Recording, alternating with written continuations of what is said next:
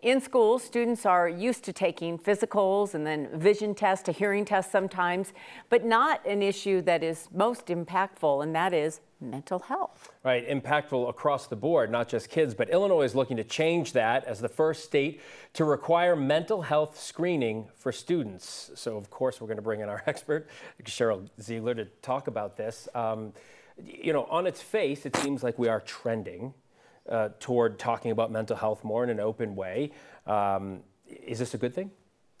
I think it's a really good thing, and we're going to have to see what happens. I think there's a couple of things. Some people are concerned, will parents be losing their rights in some way? A parent can opt out. So while it says mandated, you can also opt out. So that's one thing. My concern is that we are going to have a lot of kids that are probably going to come up as needing to have further follow-up. So it's not diagnostic in nature, it's just a screening. And they're screening for adjustment issues, any maybe abuse, neglect happening at home, depression, anxiety, those kind of things.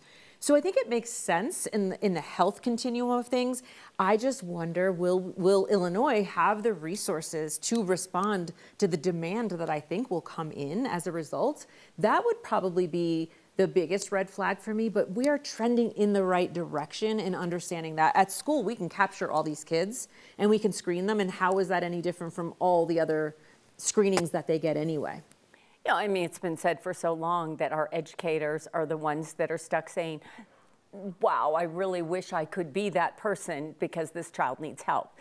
So what the rationale behind it is that maybe like, wow, if we catch something, maybe we can prevent something, or mostly just get them on the right track? That's exactly how it's actually even stated. The intention of this is prevention. So not waiting until they are in middle school or high school, but really we've seen the signs going on for a couple of years to actually have a place and space to say, they came up as needing further, diagnostic kind of evaluation and kind of putting them that way. And it starts in 3rd grade. And if that sounds young to people, I'd say like in my clinic, the average age a kid comes in is 8 years old. So that to me was just the right age, actually. Yeah. I think they got that down. It's 3rd through 12th grade. So we've talked about all the screenings that happen. Eyes, whatever. Probably, I'm not a principal of a school, so I don't know, but there's probably not a lot of opposition to that sort of thing. Go ahead, check my child's eyes out. However, when it comes to something like this, there is some opposition. What is it? What's the opposition saying? What's the fear there? I think there's 2 fears. One is always going to be, are parents going to lose their rights? Are they going to have their kid disclosing things that they didn't want them to, or getting screenings they didn't want them to? So I address that part. But the second piece is really, there's this piece around, we're going to have all of these kids with labels and diagnoses, and this is going to put kids in places where they're told there's something wrong with them, when really there isn't something wrong. And so I think, as Colorado being a state that does not have this, but, and I don't know if it's even being considered, but I know lots of mental health initiatives are being considered. People have to know, people in mental health are just looking to help people and not trying to label them. So I think the concern is over-labeling, over-diagnosing, and loss of parental rights, but that's certainly not the intention. We are still in a mental health real crisis, and we have to do something. So I applaud Illinois for doing something, and it doesn't have to go into effect till 2027.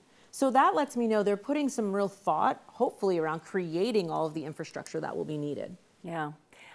There's always opposition, but I'm guessing that if you talk to any parent that's lost a child to suicide that didn't see the signs, they would say, please do this. Absolutely, and I agree. Sort of like it takes a village. Anybody who can put eyes on your child and say, hey, this isn't like, let's put your child somewhere and get them help. It's a screening, as you say. Hey, you may want to, that's it, right? You may want to look into this. I'm sure that there'll be some standardized, they came up in the moderately elevated stage in this area, you may want to follow up with this. And they're going to have where to follow up as well. That's the way it's written. Be interesting. Well, you follow up for us on that. I will be paying close attention. Thank you, Dr. Cheryl Ziegler.